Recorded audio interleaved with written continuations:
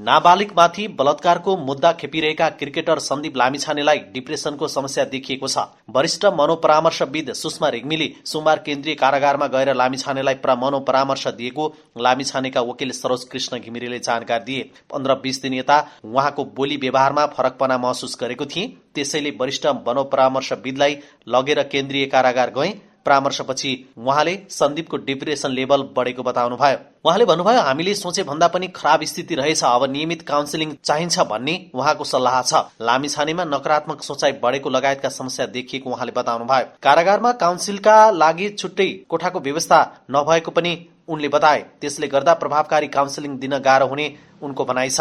हामीले नियमित काउन्सिलिङका लागि जेलरसँग अनुमति मागेका छौं, तर त्यहाँ कैदी बन्दीहरू सामूहिक बसेकै ठाउँमा गएर काउन्सिलिङ गर्नुपर्ने रहेछ। यस्तोमा त प्रभावकारी काउन्सिलिङ दिन नै गाह्रो हुन्छ। यो सन्दीपको लागि मात्र कुरा भएन, अरूको पनि काउन्सिलिङ गर्नुपर्छ।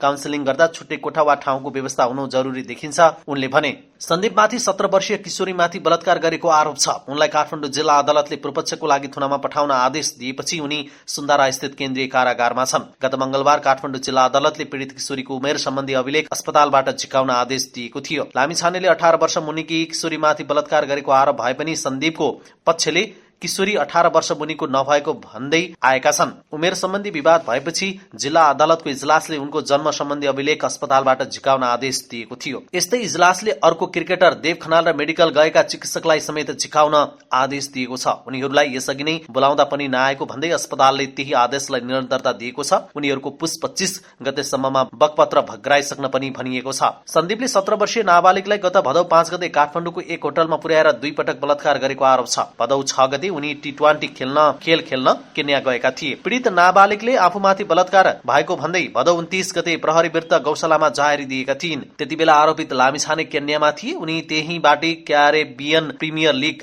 CPL खेल्न वेस्ट इन्डिज गएका थिए। उनी विरुद्ध पक्राउ पर्ची जारी भइसक्दा पनि नेपाल नफर्किएपछि प्रहरीले इन्टरपोल मार्फत डिफ्युजन नोटिस पनि जारी गरेको थियो। सन्दीप लामिछानेलाई प्रहरीले असौज 20 गते त्रिभुवन अन्तर्राष्ट्रिय विमानस्थलबाट पक्राउ गरेको थियो। प्रहरीले उनी विरुद्ध मुलुकी अपराध संहिता परिच्छेद 18 को करणी सम्बन्धी कसुरको दफा 219 जबरजस्ती करणी गर्न नहुने शीर्षकमा अनुसन्धान गरेको थियो। त्यसको उपदफा 3 को ख अनुसार 12 वर्षसम्म कैद सजाय मागदाबी समेत गरिएको छ। उक्त उपदफाको घमा 16 वर्ष वा 16 भन्दा माथि 18 वर्ष भन्दा कम उमेरकी महिला भए 10 वर्षदेखि 12 वर्षसम्म कैद सजाय हुने व्यवस्था छ। नाबालिगमाथि बलात्कारको मुद्दा खेपिरहेका क्रिकेटर सन्दीप लामिछानेलाई डिप्रेसनको समस्या देखिएको छ। वरिष्ठ मनोपरामर्शविद सुषमा रेग्मीले सोमबार केन्द्रीय कारागारमा गएर लामिछानेलाई मनोपरामर्श दिएको लामिछानेका वकिल सरोज कृष्ण घिमिरेले जानकारी दिए। 15-20 दिन यता उहाँको बोली व्यवहारमा फरकपना महसुस गरेको थिए। त्यसैले वरिष्ठ मनोपरामर्शविदलाई लगेर केन्द्रीय कारागार गए।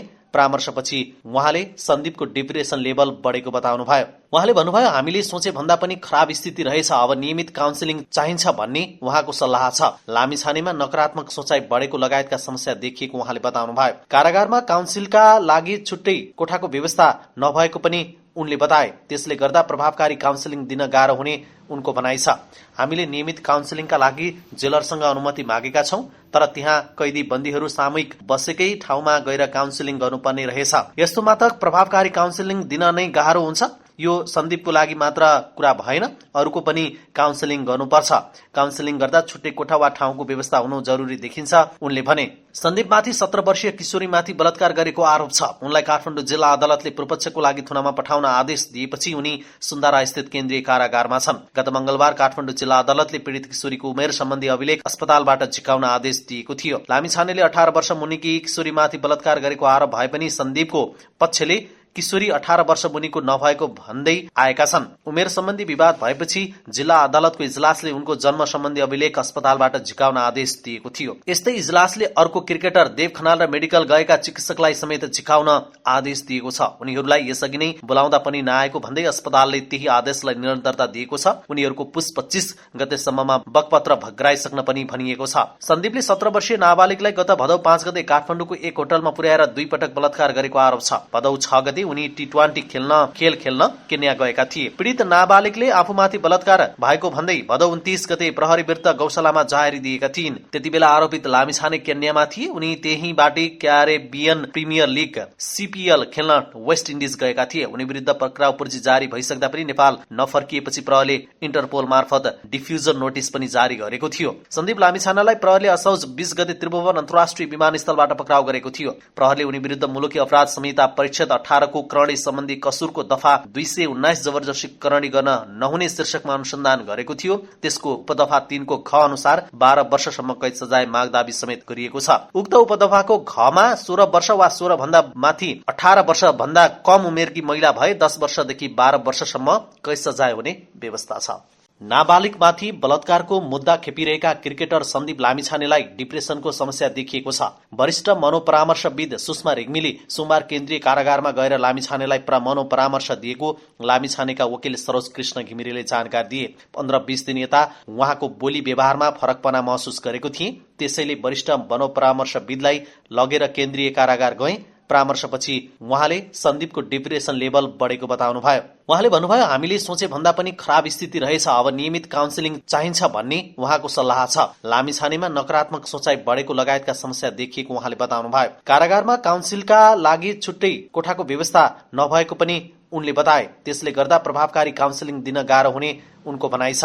हामीले नियमित काउन्सिलिङका लागि जेलरसँग अनुमति मागेका छौं, तर त्यहाँ कैदी बन्दीहरू सामूहिक बसेकै ठाउँमा गएर काउन्सिलिङ गर्नुपर्ने रहेछ। यस्तोमा त प्रभावकारी काउन्सिलिङ दिन नै गाह्रो हुन्छ। यो सन्दीपको लागि मात्र कुरा भएन, अरूको पनि काउन्सिलिङ गर्नुपर्छ।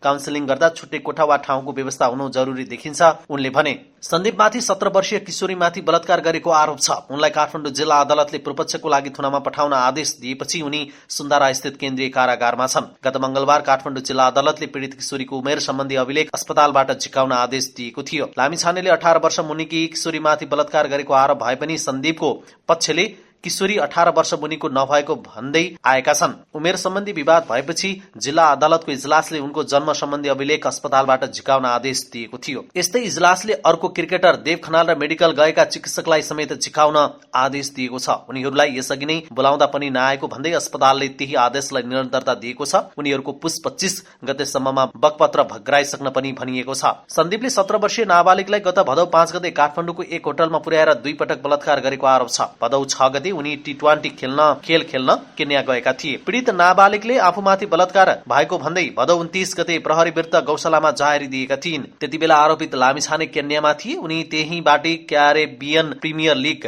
CPL खेल्न वेस्ट इन्डिज गएका थिए। उनी विरुद्ध पक्राउ पूर्जी जारी भइसक्दा पनि नेपाल नफर्किएपछि प्रहरीले इन्टरपोल मार्फत डिफ्युजन नोटिस पनि जारी गरेको थियो। सन्दीप लामिछानेलाई प्रहरीले असौज 20 गते त्रिभुवन अन्तर्राष्ट्रिय विमानस्थलबाट पक्राउ गरेको थियो। प्रहरीले उनी विरुद्ध मुलुकी अपराध संहिता परिच्छेद 18 को करणी सम्बन्धी कसुरको दफा 219 जबरजस्ती करणी गर्न नहुने शीर्षकमा अनुसन्धान गरेको थियो। त्यसको उपदफा 3 को ख अनुसार 12 वर्षसम्म कैद सजाय माग दाबी समेत गरिएको छ। उक्त उपदफाको घमा 16 वर्ष वा 16 भन्दा माथि 18 वर्ष भन्दा कम उमेरकी महिला भए 10 वर्षदेखि 12 वर्षसम्म कैद सजाय हुने व्यवस्था छ।